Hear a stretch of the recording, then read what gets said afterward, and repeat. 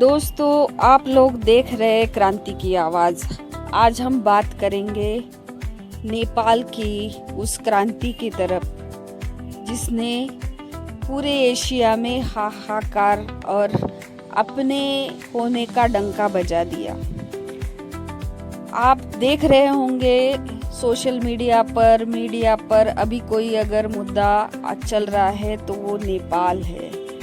और नेपाल में जो सरकार थी, सरकार को कैसे दौड़ा कर भगा कर और उनके रहने के जो घर थे उनको जलाना, संसद जलाना, ये सारा कुछ हम लोग देख रहे हैं। लेकिन आप लोग जान पा रहे होंगे कि एशिया में हमारी जो आसपास के, भारत के आसपास के जो देश है, चाहे वो श्रीलंका ले लीजिए, बांग्लादेश ले लीजिए और अभी नेपाल, तो ये सारी चीज़ें क्यों होती है? जब सब्र का कितना इम्तिहान लोगे आप, कितना सब्र रख पाएंगे लोग? तो सब्र जब फूटता है तो क्या होता है? तो नेपाल होता है, ऐसा हम देख सकते हैं। क्योंकि सब्र का इम्तिहान आप लोगों ने ले लिया, उसका जलजला बनकर आज हमारे सामने दिख रहा है। लेकिन अगर हम विश्लेषण करते हैं तो वो विश्लेषण में हम देखते हैं कि नेपाल ने राजतंत्र को छोड़कर लोकतंत्र तो अपना लिया था। लेकिन लोकतंत्र में क्या था? तो हम उस नेपाल के संविधान के बारे में अगर बात करेंगे तो नेपाल के संविधान में कुल 323 अनुच्छेद है, 17 प्रकरण है। और इस तरीके से संविधान में जो कुछ बातें डाली है तो हम उसका प्रियम्बल देखते कि उसमें क्या है।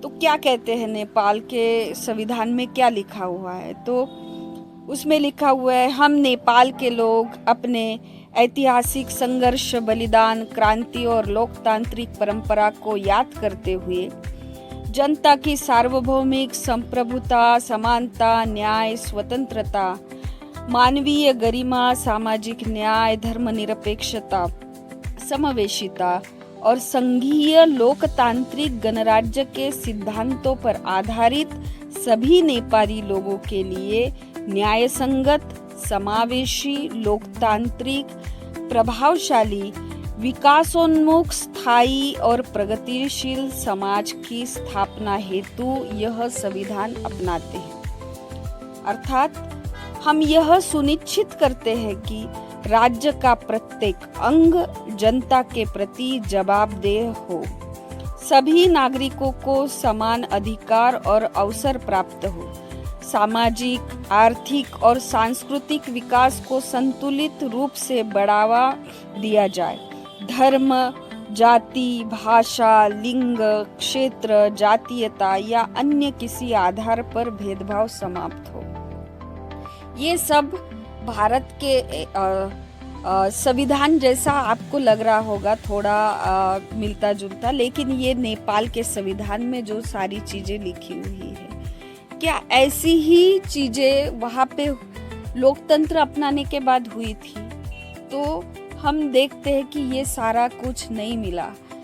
रोजगार खत्म था, अशिक्षा चरम पे थी, और एक तरफ जो शासन करने वाले लोग थे, सत्ता पर जो लोग थे, उनकी उन्नति दिन ब दिन बढ़ते जा रही थी। और नेपाल का जो समाज है वो दिन ब दिन पिछड़ते जा रहा था। और इसीलिए वहाँ के लोगों ने, जैसे गुरंग है, शाह है, तो उन्होंने इसके खिलाफ में लिखना, बोलना शुरू किया। धीरे धीरे ये चिंगारी आग की तरह फैली और लोगों में अवेयरनेस निर्माण हुआ कि ये सारी चीज़ें हम लोगों को चाहिए थी जो संविधान में लिखी हुई है, तो वो नहीं मिली। तो उसी संविधान में, जैसे भारत के संविधान में आर्टिकल 19 है, वैसे ही नेपाल के संविधान में आर्टिकल 16 के तहत फ्रीडम ऑफ एक्सप्रेशन ये अधिकार दिया हुआ है।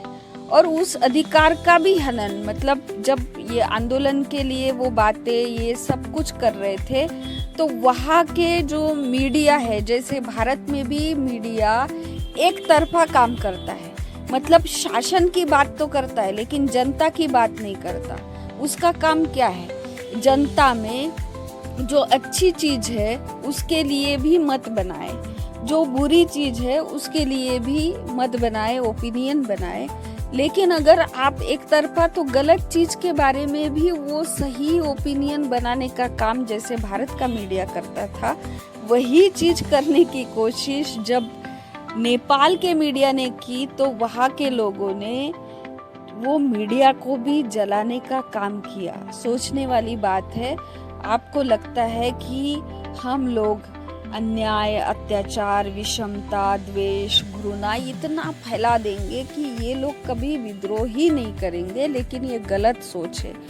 वहाँ के लोगों ने जब इस चीज को समझा कि आपने फेसबुक बंद किया, व्हाट्सएप बंद किया, जो सारी जो मतलब सोशल प्लेटफॉर्म की चीजें थी वो भी बंद कर दी और मेन स्ट्रीम मीडिया में आप एक ही तरीके की सत्ता के मतलब जो शासन व्यवस्था है उसके ही इर्द गिर्द या उसको जैसी चाहिए वैसी न्यूज बनाने की कोशिश की, तो हश्र क्या हुआ। वहाँ पे उस देश के प्रधानमंत्री को इस्तीफा देना पड़ा। क्यों देना पड़ा, तो बहुत सारे रीजन है, लेकिन मोटे तौर पर अगर हम लोग देखते हैं तो उन्होंने कहा कि यहाँ पे प्रधानमंत्री ब्राह्मण तंत्र को लागू करना चाहता था और उसने उस तरीके की कोशिश भी की।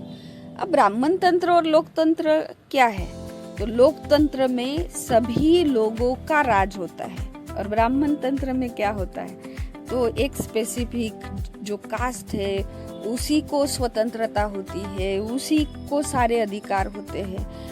तो ये चीज जब नागरिकों को समझ में आई तो उन्होंने उस चीज का भी विरोध किया कि ये भ्रष्टाचार क्यों हो रहा है, एक ही जाति को मिल रहा है दूसरे लोगों को नहीं मिल रहा है, एक ही जाति को अगर शिक्षा मिलेगी दूसरे लोगों को नहीं मिलेगी, सत्ता में जो लोग हैं उनके बच्चों को फॉरेन एजुकेशन है और यहाँ के लोगों को अगर अच्छी शिक्षा नहीं है तो क्या विद्रोह नहीं होगा। तो ये सारी चीजें लोकतंत्र होने के कारण ये विद्रोह करने का मौका मिला, ये भी वहाँ के लोग जानते। आप लोगों ने देखा होगा बहुत सारे लोगों का व्हाट्सएप में अभी सोशल मीडिया पे मतलब उनके वीडियो घूम रहे, वो क्या बोल रहे कि भारत के जो लोग हैं खास करके प्रधानमंत्री यहाँ पे कुछ करने की कोशिश ना करे, पुनः राजतंत्र स्थापित करने की कोशिश ना करे। हम लोगों ने लोकतंत्र को स्वीकार किया है तो लोकतंत्र में ही अधिकार होता है। ये सारा जब आंदोलन हुआ वो लोकतंत्र होने के कारण हुआ। और दूसरी मजे की बात, आप लोग देखते होंगे कि भारत में भी कम्युनिस्ट लोग हैं या वो सोचते हैं कि हम लोग पूरा परिवर्तन कर देंगे, लेकिन वो विचार जो है अगर वो विचार नागरिकों का विचार न होकर वो विशेष जाति का और खास करके ब्राह्मण जाति का अगर विचार है कम्युनिस्ट विचार, तो वो कम्युनिस्ट विचार में भी ब्राह्मण तंत्र का विचार कैसे लाते, ये एक ताजा मोटा मतलब उदाहरण आपको देखने को मिलेगा।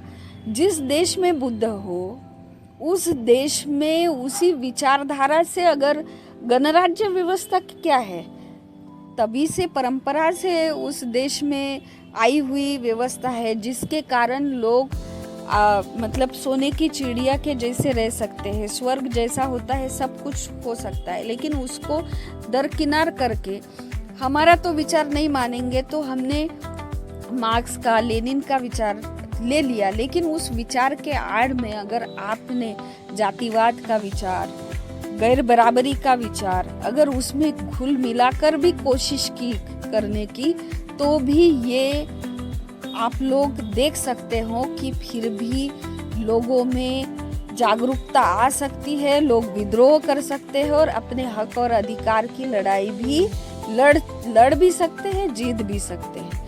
तो ये सारे दुनिया के लिए उदाहरण है कि कोई भी अच्छे विचार में अगर आप बुरे विचार मिक्स भी करोगे तो भी लोगों को एक ना एक दिन समझेगा कि भाई ये जो विचार है ये विचार गलत है, और गलत को प्रतिकार करना, उसका विरोध करना ये सभी जनता का भी हक होता है, लेकिन साथ ही नेपाल के भाई लोग खुशहाल रहे, अच्छे रहे, ये मनोकामना करते हुए पुनः एक बार अच्छे से लोकतंत्र की स्थापना उस देश में होनी चाहिए।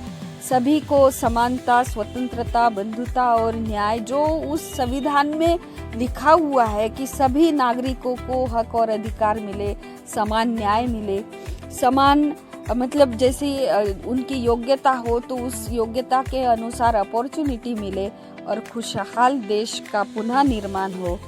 आज हमने ये इस बात को बोला है या बताया है, वो बात हमारे समाज के ऊपर भी इम्पैक्ट होके हम भी मतलब आने वाले समय में इस तरह का विद्रोह ना करते हुए भी हम अच्छे देश की, अच्छे राष्ट्र की कल्पना करने के लिए अगर हम खुद पहले से जागरूक रहे तो इस तरह का विद्रोह करने की ज़रूरत नहीं होगी। शासक अपनी सत्ता का उपयोग नागरिकों के सुरक्षा के लिए, नागरिकों के हितों के लिए कर सकता है। बस शर्त है पहले से, शुरुआत से लोकतांत्रिक तरीके से हमें अपने अधिकारों के प्रति अवेयर रहना पड़ेगा। अगर हम अवेयर रहते हैं तो किसी भी शासक की ताकत नहीं है कि वो हमें अपने अधिकारों से वंचित करे। तो सभी को अपने अपने हक और अधिकार मिले, नेपाल राष्ट्र दोबारा खड़ा हो, इसी बात के साथ हम लोग यहीं पे रुकते हैं। धन्यवाद।